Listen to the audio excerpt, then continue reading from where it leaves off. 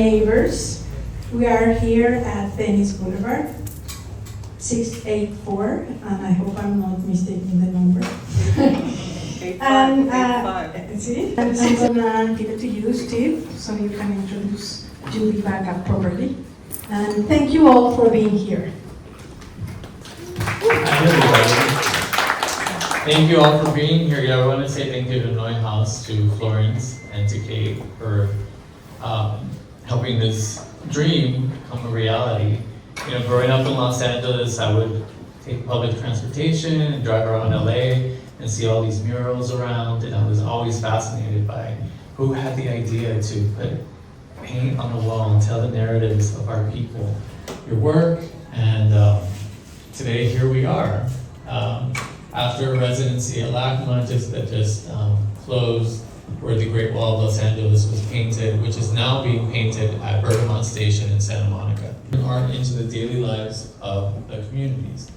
In 1974, she established Los Angeles' first mural program, producing over 400 murals, offering employment to thousands and evolving into the social and public art resource center. Well, this is quite a wonderful moment to be here and to experience Market Street in a whole new way. I am a Venetian. I've lived in Venice for over 40 years, and I remember it when. And those of you who've been here a long time knows what Market Street was like. And the transformation, actually, of this beautiful space. And to be invited to be here with all of you, and many new faces, people who probably don't know about this work. But I have been at it for a lifetime.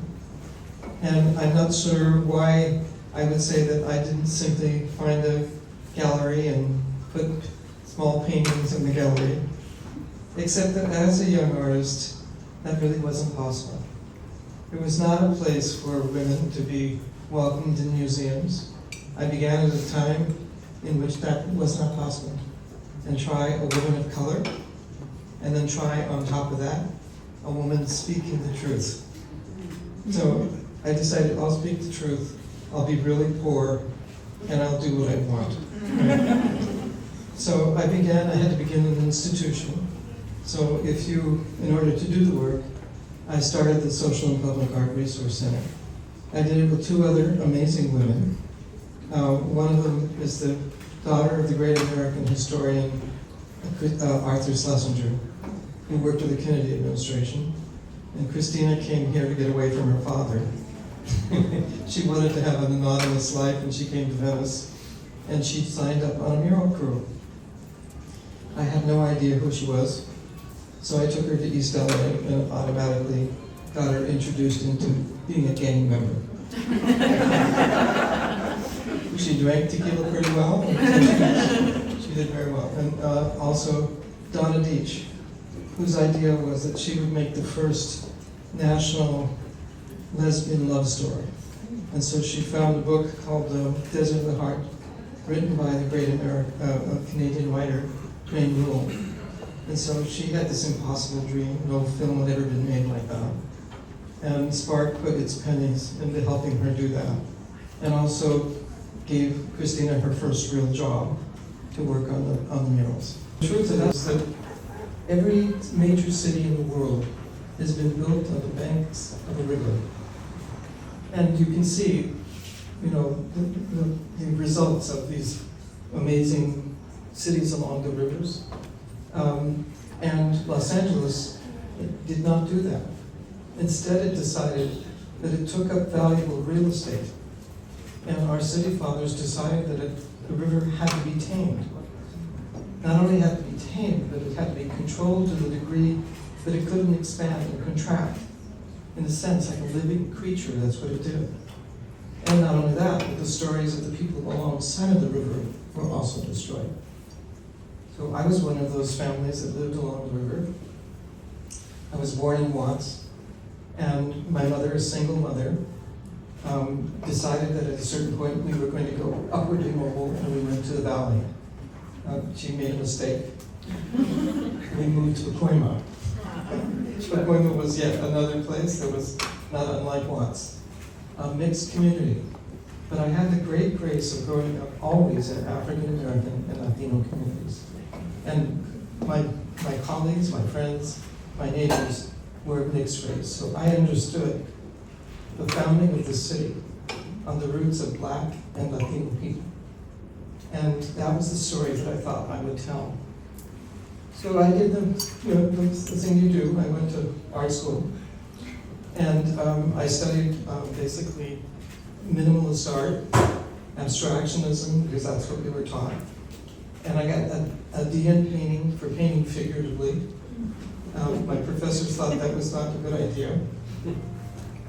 And yet I kept doing it.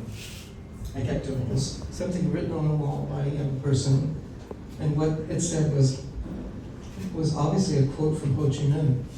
It said, "I would rather live one day as a lion than 100 years as a lamb." And it was like 4 feet tall.